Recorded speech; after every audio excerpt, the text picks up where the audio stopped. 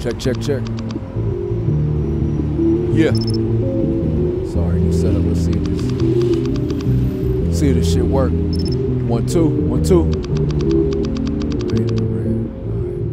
Going home every night, it didn't matter what happened at school. It didn't matter what was going on at home because I lived an entirely different life in my headphones.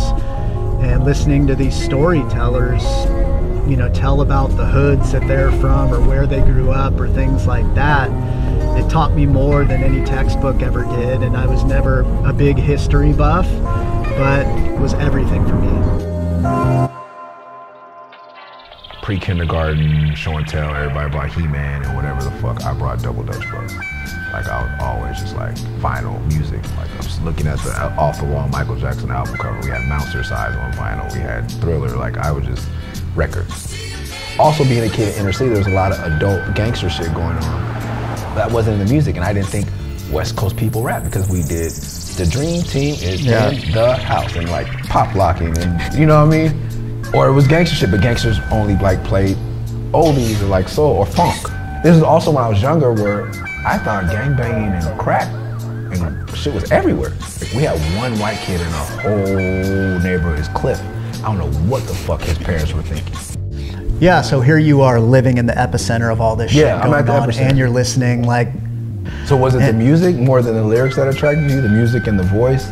It was weird to me, the media at the time, because they portrayed rap music and black people in general to be fucking like the devil, dude. It was so fucking weird that like I had to hide the fact that I listened to rap music. I would pay a total stranger to go buy me a Too Short tape. Then when I came home, I made it into my room and listened to it. Here's straight answers to questions about your hearing. What was it like the first time you got up on the mic? Oh man, it was an outdoor event at the Good Life. My first time rapping in front of people was at those things. I would still try not to rap. I hate being in front of people. I do not like performing at all. I'm a business person, an entrepreneur by heart. You know, as you see, like, my great-grandfather didn't work for anyone. So in order to sell records, I had to rap because I wasn't in Tower Records. I'm telling you to buy my tape outside. How can I prove to you that I'm good? Oh, I can get up on stage and have a great performance. And this project came to be because there was this producer named Wiardon. I saw one day he had a post on Instagram. Murs liked a post from Wiardon, so I connected the two dots and said these guys should work with each other. Sent a DM to Murs, told him about it, and then he told me there was a whole story behind it. Yeah, like when he was 12, he or his parents DM'd me to meet up because our show in Austin got canceled and he couldn't get in anyway. But he was like, can I just meet up with you?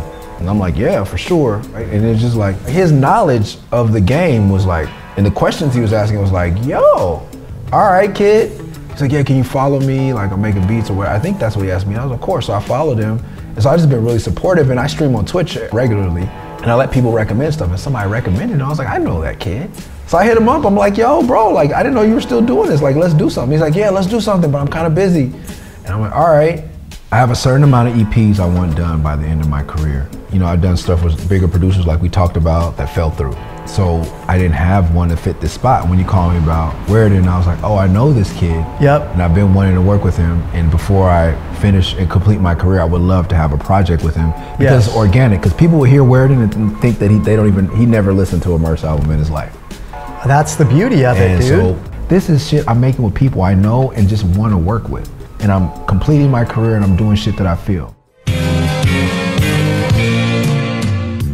Where I come from is like educated street rap. Like, I am not an active gangbanger. I just grew up with Crips and Bloods, and I promote the positives of gang mentality, what it taught me about loyalty, commitment, determination, and hustle. There's punk ass motherfuckers on both sides, and there's real ass motherfuckers on both sides, and they follow a code. And that code is good no matter what color.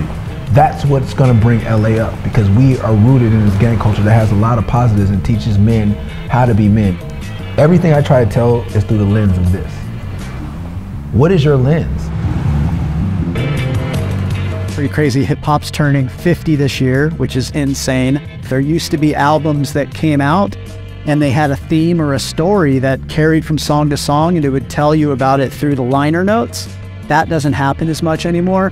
So this is kind of an analog approach that I'm trying to bring through your eardrums and to your eyes. This album is honestly dedicated to anybody who's been a fan of the genre and culture of rap and hip hop. And so this is my ode to hip hop and ode to rap. And I think y'all are gonna fuck with it when you hear it. Fresh out the frying pan into the fryer. This be the last lap before this rapper retire.